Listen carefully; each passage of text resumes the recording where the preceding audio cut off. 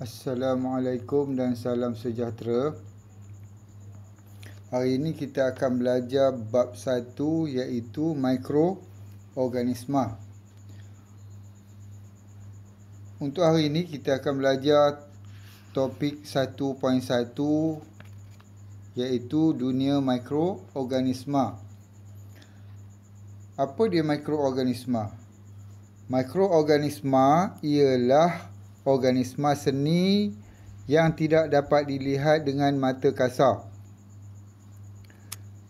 Mikroorganisma hanya boleh dilihat dengan bantuan mikroskop. Tanpa mikroskop, kita tak boleh melihat mikroorganisma. Sebab mikroorganisma ni ialah hidupan seni. Baik, flora normal. Apakah flora normal? Flora normal merupakan mikroorganisma yang ditemukan pada organisma termasuklah manusia dan haiwan dan tidak menyebabkan penyakit. Flora normal ni ialah organisma yang ada dalam badan ataupun di luar badan ataupun pada tubuh manusia dan juga haiwan. Kita tengok apa flora normal ni buat. Di mana dia duduk? Kita tengok rajah di bawah ni. Di uretra. Nama flora normal dia ialah Staphylococcus species dan Corynebacterium species. Ini pada uretra. Ini rupa bentuk dia. Mikroorganisma ni iaitu flora normal yang berada di dalam tubuh kita. Ini bentuk yang kita dapat lihat kalau kita menggunakan mikroskop. Seterusnya ialah di bahagian atas saluran pernafasan. Kat sini tadi. Di bahagian atas saluran pernafasan. Di sini. Ya. Baik. Apa nama flora normal dia? Iaitu Staphylococcus species. Ni. Dan juga Streptococcus species.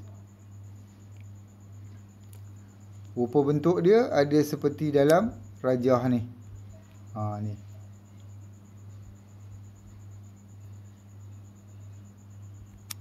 Ya, ni. Baik. Seterusnya pada kulit. Pada kulit. Kulit kita, kulit haiwan ada Staphylococcus species dan Corynebacterium species. Kalau kita melihat di mikroskop ni rupa dia. Kalau awak ada buku teks sekarang ni, di muka surat 5, di muka surat 5. Dan seterusnya ialah pada usus kecil. Pada usus kecil. Ni usus kecil. Ini ialah usus kecil. Baik. Flora normal yang ada di usus kecil ni ialah Escherichia coli, Lactobacillus species dan Streptococcus species. Baik. Apa pentingnya flora normal ni kepada manusia? Baik, kita tengok info sains ni. Yang pertama, flora normal bersaing dengan patogen untuk mendapatkan nutrien dan menghalang pembentukan koloni patogen. Kita tahu dah belajar sebelum ni kan.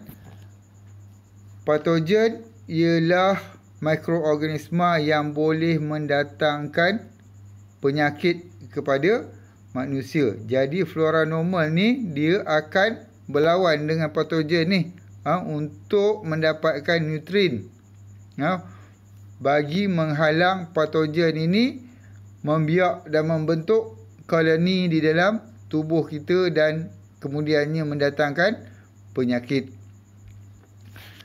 Yang kedua, flora normal terdiri daripada bakteria yang mensintesis vitamin B dan vitamin K. Vitamin B dan K ni disintesis oleh bakteria dulu, baru kita boleh gunakan dalam tubuh badan kita. Kemudian yang ketiga, flora normal merangsang pertumbuhan tisu badan seperti tisu kolon dan tisu di dalam salur pencernaan. Dan yang terakhir, flora normal merangsang pembentukan antibodi yang melawan patogen dan penyakit. Flora normal ni dia menggalakkan lagi pembentukan antibodi untuk melawan patogen. Baik, seterusnya kita lihat pengelasan mikroorganisma.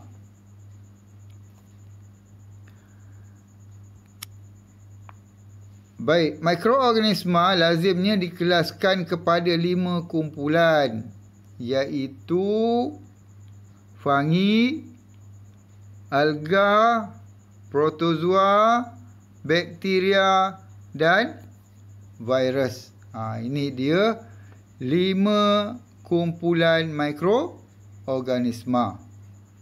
Seterusnya kita lihat ciri-ciri setiap kumpulan mikroorganisma. Yang pertama ialah fungi ataupun kulat. Pertama kita lihat dari segi saiz. Fungi mempunyai saiz yang berbeza-beza. Terdapat fungi mikroskopik seperti cendawan. Yang ni cendawan. Yang dapat dilihat dengan mata kasar, dan juga fungi mikroskopik seperti yeast. Yang ini yeast. Dan muka yang berukuran 10 mikrometer hingga 100 mikrometer. Fungi mikroskopik hanya dapat dilihat dengan bantuan mikroskop. Fungi seperti muka lazimnya wujud berkoloni atau berkumpulan. Baik, kita tengok soalan cabaran minda di sebelah tu. Muka merupakan fungi mikroskopik. Mengapakah muka pada roti dapat dilihat dengan mata kasar? Jawapannya dia dah bagi tadi kat sebelah ni. Ya. Ni. Sebab apa? Sebab muka ni dia wujud berkoloni atau berkumpulan. Bila berkumpulan, berkoloni dia banyak kan? Bila banyak, itu yang kita dapat lihat. Sebenarnya itu bukan satu, tapi dia satu kumpulan. Baik. Ni dia muka tadi yang pada roti ni. Okey. Seterusnya kita lihat bentuk pula. Bentuk. Baik. Fungi unisel seperti yeast berbentuk sfera kecil. Dia bentuk bulat macam bola. Itu panggil sfera. Fungi multisel seperti muka lazimnya terdiri daripada sporangium yang berbentuk sfera dan hypha yang berbentuk berbenang. Yang ni. Sebelah ni. Ni ialah muka. Kemudian di sebelah kiri ni ialah yeast. Ni bentuk dia. Yeast ni dia bentuk sfera bulat ni kan.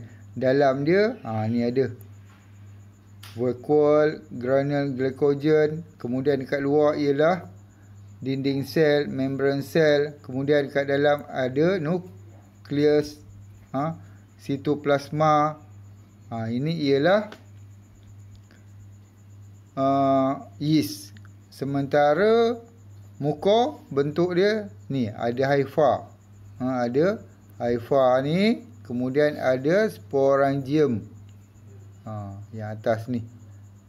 Dan yang bintik-bintik kecil pada tu ialah spora. Spora ni macam biji benih yang boleh membiakkan muka ni.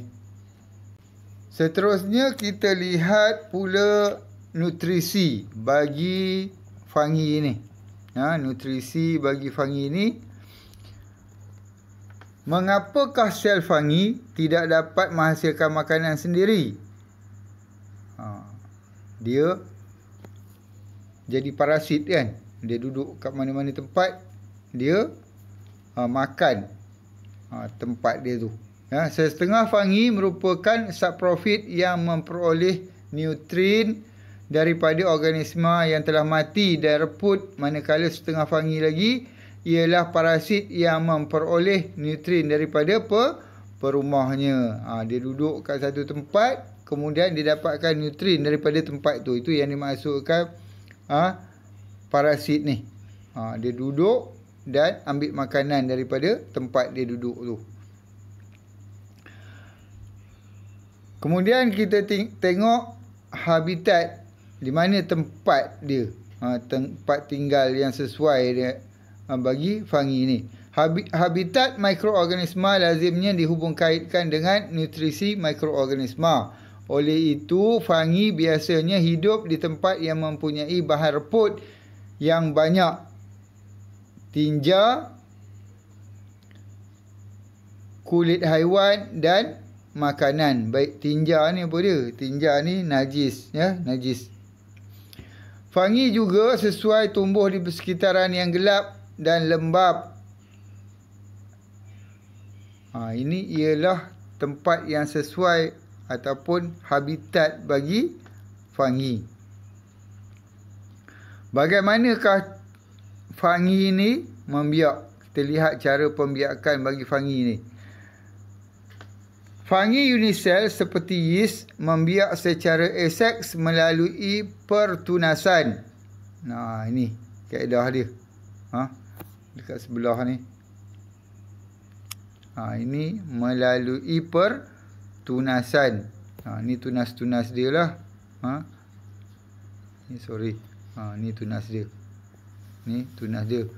Kemudian tunas ni berpisah daripada induk dia untuk membiak kan. Fungi multisel seperti muka membiak secara aseks melalui pembentukan spora atau membiak secara seks melalui konjugasi. Dia ada dua kaedah, iaitu pembentukan spora ataupun melalui konjugasi.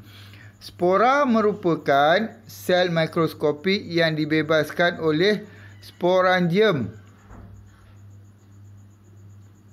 Apabila spora yang sangat halus dan ringan dibawa oleh angin ke persekitaran yang sesuai, spora tersebut akan bercambah tanpa persenyawaan. Dia macam biji benih.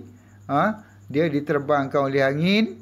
Kemudian apabila sampai kat satu tempat yang sesuai, iaitu habitat dia yang sesuai, dia akan bercambah.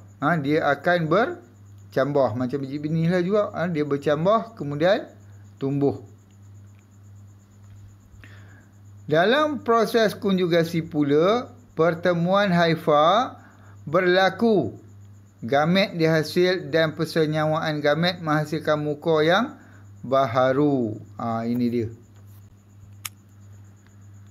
Ni yang dikata pertemuan antara haifa. Di mana konjugasi pembiakan seks ni berlaku. Baik, itu ialah tentang ciri-ciri fungi.